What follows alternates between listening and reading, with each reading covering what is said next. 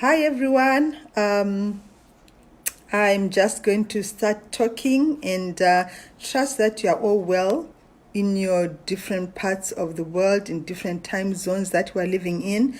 And keep praying that we are all fine and we all survive and we get through to the other side, like we all say to each other. And we keep our hope alive and our trust that we will take a day at a time and we will get through to the other side. Like I said to you earlier on, I don't have these conversations. I have them as and when I feel that I have a conversation that I would like to share on the platform. And it's not like I crank up to say, oh, I need to do another video. No, I don't do that. When I feel a conversation that urges me on, I will be doing live videos. And this morning, what conversation did I wake up with? I woke up with a conversation kind of like continuing from where we were in the last conversation about the cage and being caged in. Remember the example that I gave about the lion in the cage. So with all the potential, all the capacity that the lion is, when it's in a cage, it's a different animal.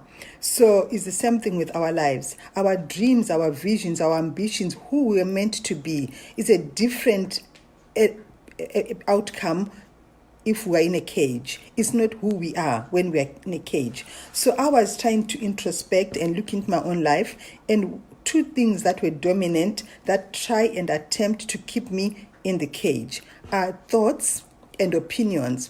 My own thoughts and the voices that come into my thoughts and opinions of well-meaning people in my life, around me, or even via social platforms, media, and other outlets of information. Those voices as well can intimidate me and put me in the cage. And at the same time, my own opinion, my own thoughts, they can keep me in the cage as well.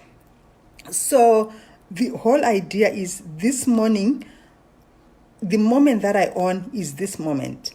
I cannot go back into the past. Someone said, regret only keeps you in the past. Anxiety takes you into the future. So I have to be conscientious to know that the only moment that I own is this moment. And how do I own this moment and possess it is by defining what I need to eliminate, the voices that take me to the past, the anxieties that take me to the future, and concentrate on this moment, because that's the only moment that I have. Hi, Zanele. This is the only moment that I own, and this is the only moment that I have. So in our lives, we have to define those two things and decide what to eliminate. We all know, those of us that read the Bible, that Jesus said the prophet doesn't have honor in his own home, among people that know him, because what people that know him do, they always try to refer them to the past.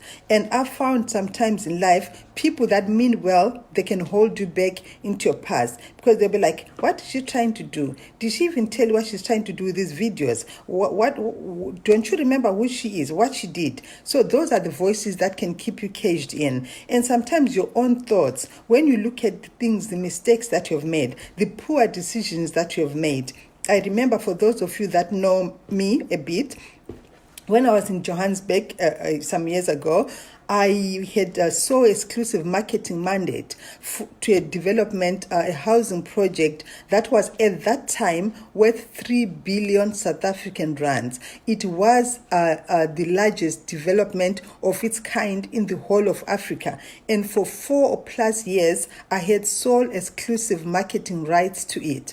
And it collapsed, not because of anything that I did, but because the funding and everything else was not available for the development to take off. But then what do I find myself regretting is I find myself sometimes being tormented by the time that I wasted, the human resource, the financial resources, the time that I put in.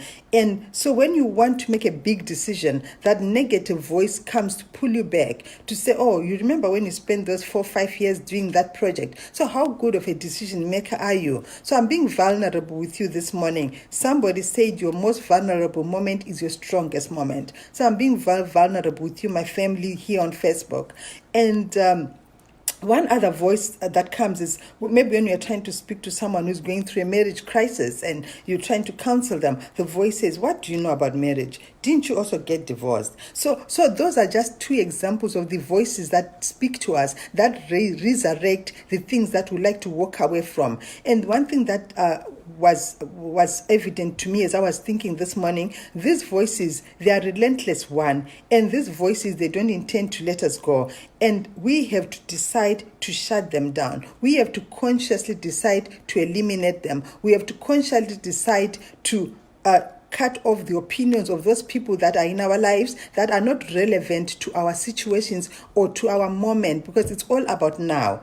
A wise man once was dealing with a young boy who came to him and said, "Old man, if you think you're wise, I have a bird in my hand." And he put the bird in his hands behind him. And he said, "I have a bird in my hand.